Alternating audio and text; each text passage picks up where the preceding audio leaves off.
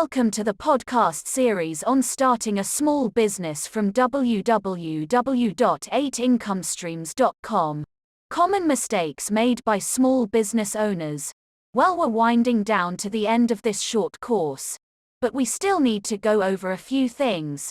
Today I want to share with you some common mistakes that small business owners make, so you can avoid making them yourself.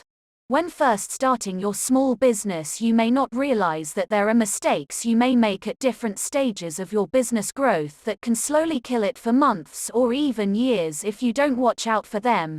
These mistakes are not just restricted to the new business owners. Many operating businesses, including those you may think are successful because they've been around for 10 years, are often still making them, and are most likely losing a lot of money and/or wasting a lot of time in the process. Although some of these mistakes seem aimed more at service-type companies, they really do fit the bill for almost any type of business. Let's go over a few examples that you can use for future reference. Underestimating project or service time is a big one. This relates to service companies as well as companies that sell a product. This is a service company's bread and butter.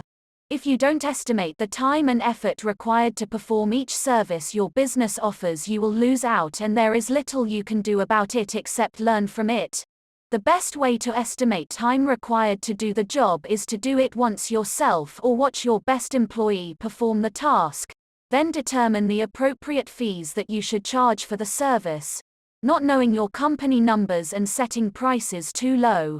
Notice I emphasize the word your. It is a common mistake to use a competitor's fees as your pricing gauge without actually knowing why they use those numbers. Consider for a minute what will happen if you take a competitor's price, cut it by 10 and then start selling. What if the competition has a bad pricing structure and is barely making money or even losing money? What if your costs are more than theirs? While it's a good idea to know your competitor's pricing structure and maybe even use it as a starting point, you shouldn't base your whole strategy on it. Different market sectors have their own variables as far as costs go, and you should be aware of them for your project or product pricing. What you pay for a product you are going to sell is not the only cost to have in your head when you are pricing your products. Considering how much your labor and materials cost for a service is only a part of an hourly rate. Employees also cost more than just salary, and not every employee is part of your labor cost. Every company has insurance to pay for. There are overhead expenditures, quality factors that need to be part of your pricing structure. What you include as standard services or standard product features, as well as job site etiquette or in-store service or warranties, all need to go into your pricing. Not charging for all of your time and costs is a mistake most business owners will admit that they made. For instance, let's say that you run a service company. You can't just undercut your competitor's price to acquire the job. You have to ensure that your costs will be covered in your rates. Stores undermine themselves, for example, when they put more people on the floor for customer service but don't charge for it. These things cost you money, and when your competitors don't do them, it costs them less money. As a business owner, you need to believe that you are providing your clients worthwhile wares that deserve to be paid for. If you get the chance to explain why your prices are higher, then take that opportunity and do it.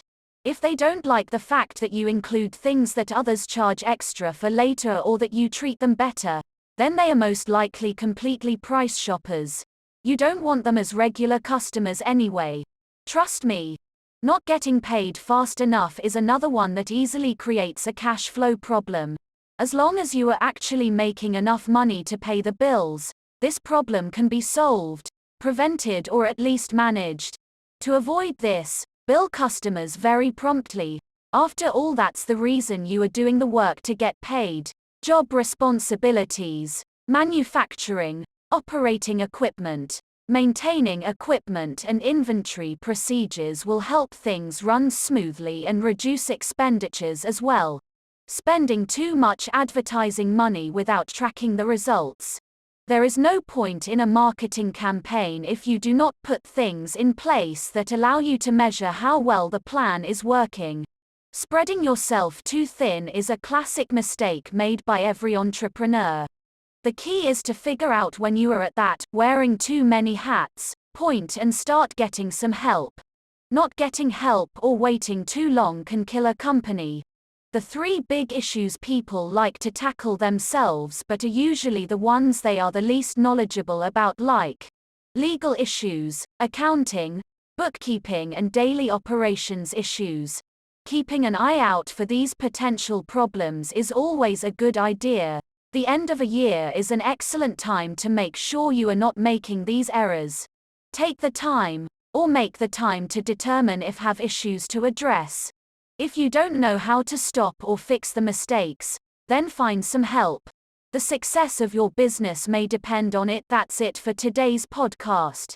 In your final podcast, we will be talking about the importance of employing an internet marketing strategy for your small business. Thank you again for joining us on this podcast. Please subscribe to our channel and go to www.8incomestreams.com for more information, strategies and business coaching on starting and growing your global business.